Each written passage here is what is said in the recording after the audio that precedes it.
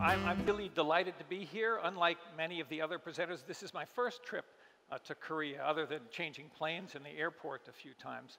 So I think I'm very pleased to have been invited to this. So I'm going to let me see if I get this right. Okay.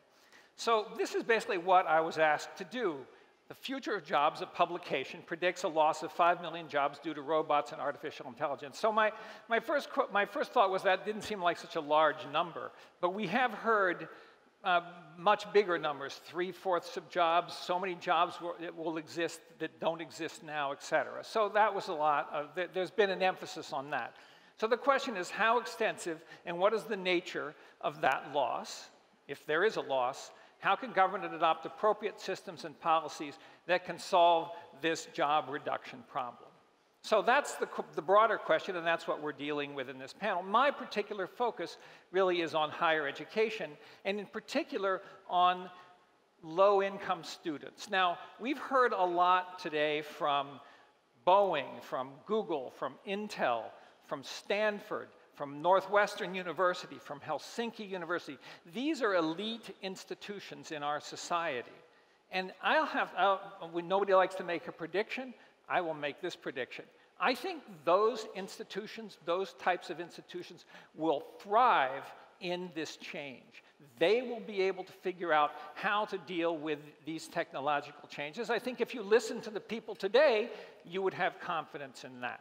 So the question I have is, what percentage of the population do we need to think about in this? Is 25% of the population adequate to deal with these changes? That's pretty much what we're talking about when we're talking about the institutions we've been hearing from today.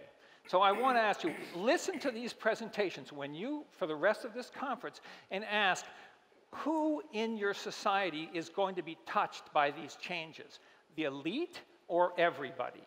Now, I want to say that I think that in order for us to respond to these changes, I think all of our society needs to be able to address those issues as well. So I think that's what, now I do want to say, I think I agree with John with respect to the loss of jobs. Yes, AI will definitely take jobs away in some areas. I mean, we used to have 2% of our population, 40% of our population was on the farm 100 years ago, now 2%. So there was that automation did take away many jobs. But I think in the aggregate, that's a much more difficult question to answer. Now, all right, so let me ask, I'm going to answer the question a little bit. I'm going to basically say no to that. Then I'm going to say that I think education can play a role, that there are, in fact, things that need to be adjusted to. Education can play a role in that, but one thing that prevents it from doing that effectively is the high level of inequality that we have in our education system. Now, I'm speaking from the point of view of the United States, but nevertheless, I think that there's a distribution of quality in higher education in every country. Then I'm going to talk about what education can do, what the skills are that are necessary, and then finally have some final results. Now, okay, so what is happening with automation? Well, okay, this is the cover of the New Yorker magazine from last week, okay? Now, this is truly an apocalyptic view of robotics. It means that robots will even drink our lattes. Gotta wait for the translation to get that. I think that's if we really think that robotics and AI are going to have a major impact, what are we going to see? I don't hear people talking about how we're going to consume less. So we're going to consume more, but we've lost all those jobs, so presumably our productivity is going to be much higher. Has that happened? No, that has not happened. This is, at least in the United States, this is a graph of productivity. The thick blue line on the bottom is the graph of our growth of our productivity since the end of the recession, or the beginning of the recession, 2007. Pretty anemic. If you look at the middle line, that's the trend of productivity growth basically since World War II, since 1947. So you can see, had we continued on that, our productivity would have been much higher over the last 10 years. Now, the top line are more recent, say from 2001 to 2007, and I think there is an argument maybe that the third industrial revolution has had significant productivity effects. The introduction of the internet and other kinds of software that's had those effects. So that's one thing. So I guess my question really is, what's going on here? I mean, maybe we want more robots. If we think productivity is a good thing, right? We'd like to see that. But so that's really a question. I don't know. I have to people who are thinking about this. Now, that's not saying that we don't have anything to worry about in terms of employment. So one of the things that people, that sort of technological optimists have said, they've pointed out that over the last 100 years, despite all of the changes in technology, we've actually seen continued growth in the percentage of the population that's employed. So not only have there been more jobs throughout that century, but the percentage of population with jobs has increased. So those are significant questions. But in the last 20 years, that hasn't happened. So we actually, I forgot to say this point. Perhaps one reason why productivity has not increased is maybe we've exaggerated exactly what it is that's going on. So I went to Albany a couple of months ago as I was thinking about this presentation, and I parked my car here and I found this that says, take envelope from black box, print date and plate number, deposit $5 in envelope, deposit envelope in a yellow box. So I think that technology is maybe from the 17th century or from the 18th century. So perhaps we haven't really gone as far as we think we have. Nevertheless, I do think that there has been disruption in the labor market.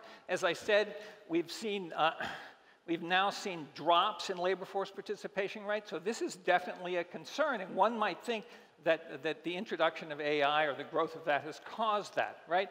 Even students who have university degrees, the percentage of the population that have those degrees has come down. These three lines, the bottom one is for high school, secondary school, the middle one is for, say, sort of some college, some degree less than a four-year degree. Now, perhaps technology has changed that, but there are many other possible explanations. Robots might be one explanation for that. Importation from China and Mexico might be another one. The gig economy, we've talked about that already today.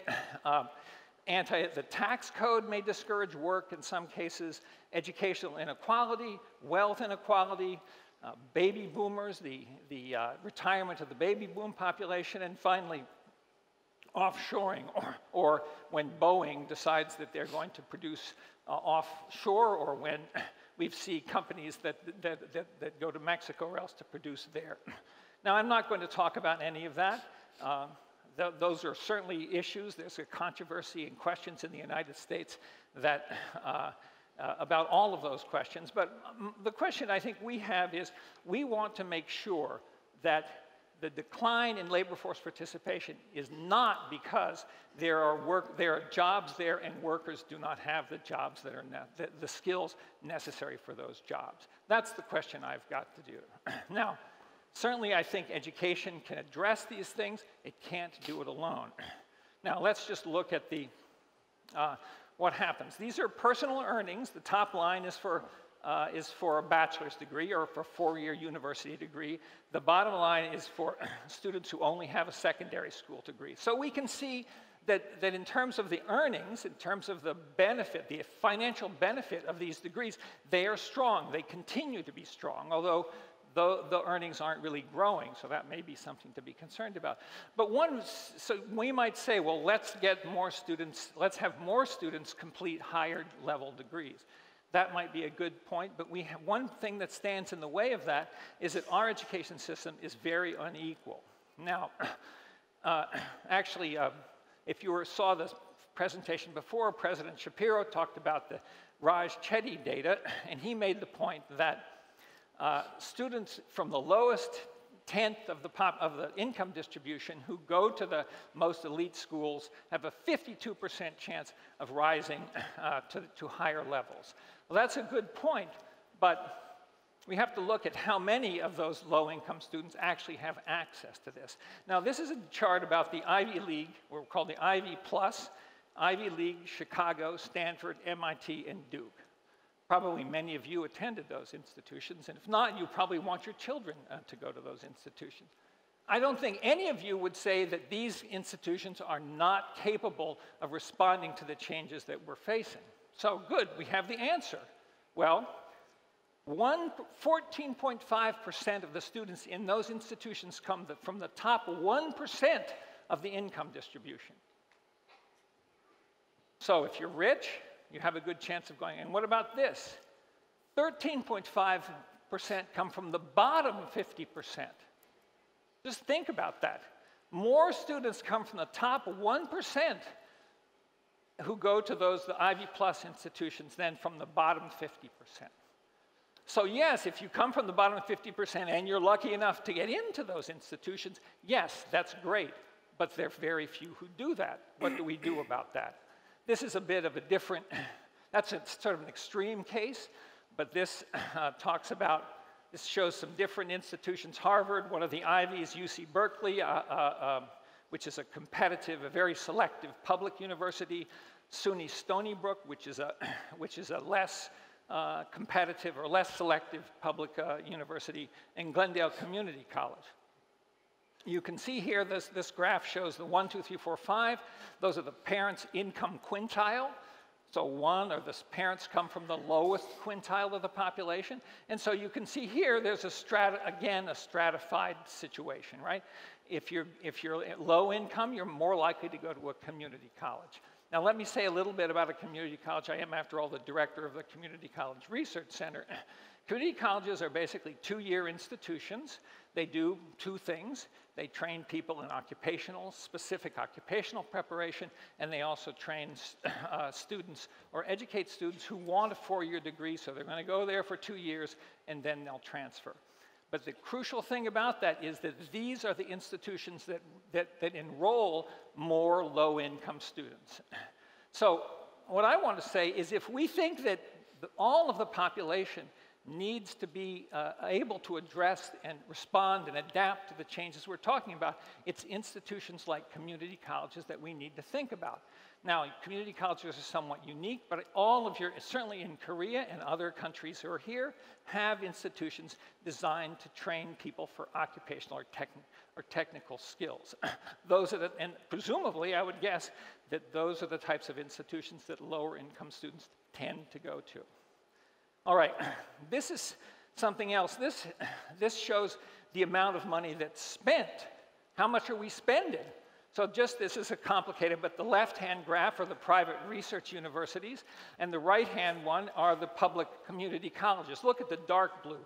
What that means is that we're spending almost 4 times as much per student at the private research universities than we are at the community college. All right, now, how's that changing? This shows the change in 10 years of that expenditure.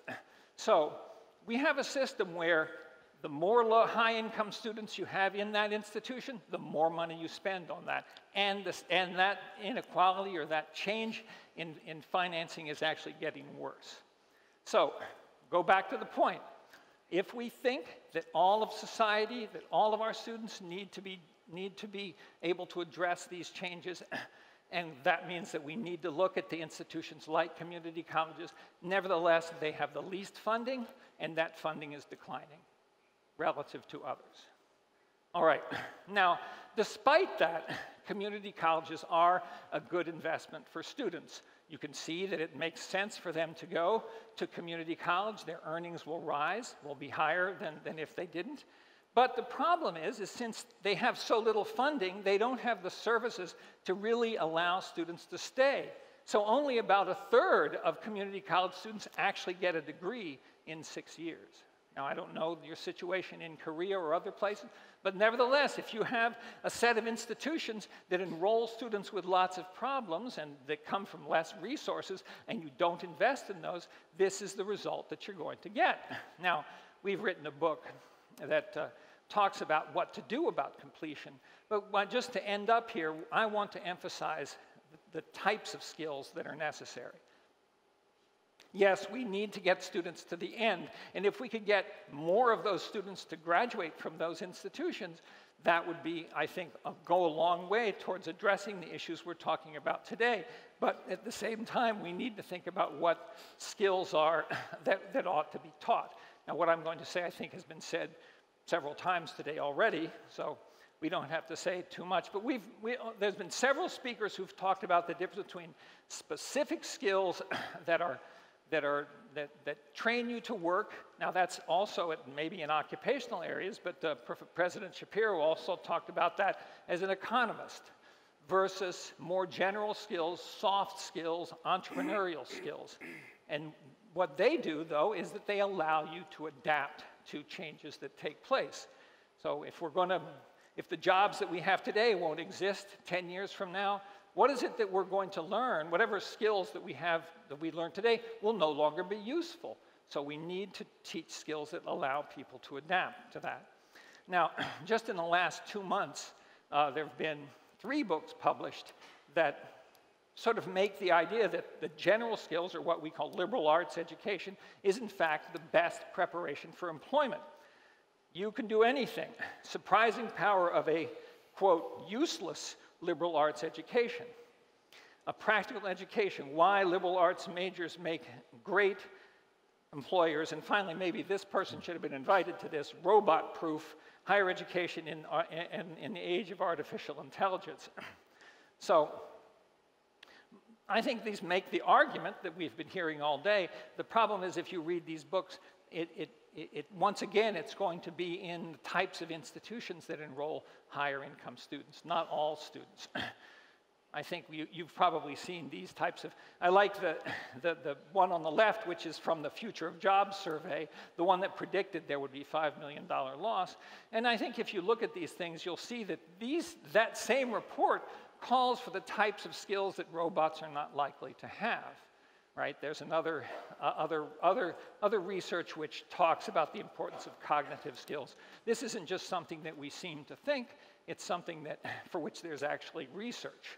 Okay, employer priorities. I'm sure that every professional in this room has given a speech which makes these points: written and oral communication, teamwork skills, ethical decision-making, critical thinking, ability to apply knowledge in the real world settings.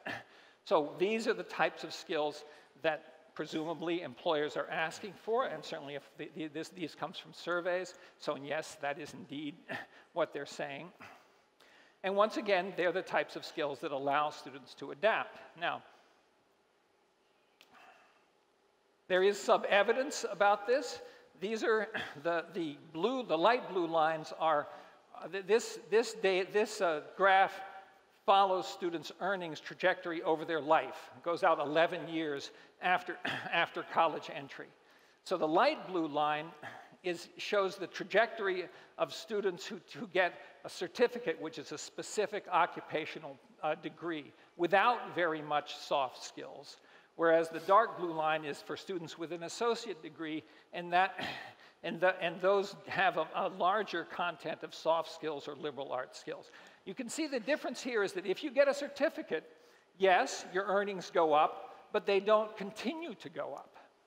So the hypothesis is that the degree that students get, or the associate degrees, give them the types of skills that allow them to adapt, and despite the fact that technology is changing and their jobs are changing, their earnings can continue to grow. This is a study by Eric Hanashek. This is the one international thing I'm going to say today. He's had a study of 18 countries and basically finds that same trade-off, right? If you have a occupational or vocational training, you can get into the labor market, you can get a good job, but your earnings don't continue to grow. So students who have more liberal arts or more soft skills training, their earnings continue to grow throughout their lifetime. So there's that trade-off. And there is an argument in the United States right now about the idea that we should give students specific occupational training and not bother with the types of things we get in universities. Now, this is not only conservatives. We do have a president who has that particular view, but there are many liberals who also think that's true. it's important to get people jobs right away. So this is this discussion between narrow, specific occupational versus more general skills that don't seem to be so applicable is an ongoing discussion. All right, so these are the types of things that we can do. I think I want to say that I think that the students who are going to Northwestern or to Harvard or to Berkeley, they're learning these things now.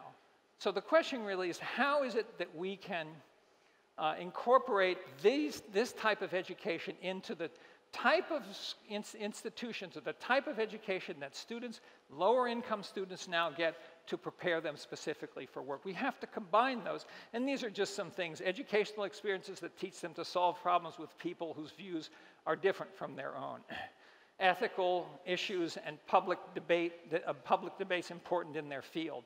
Direct learning experiences working with others to solve problems important in their communities.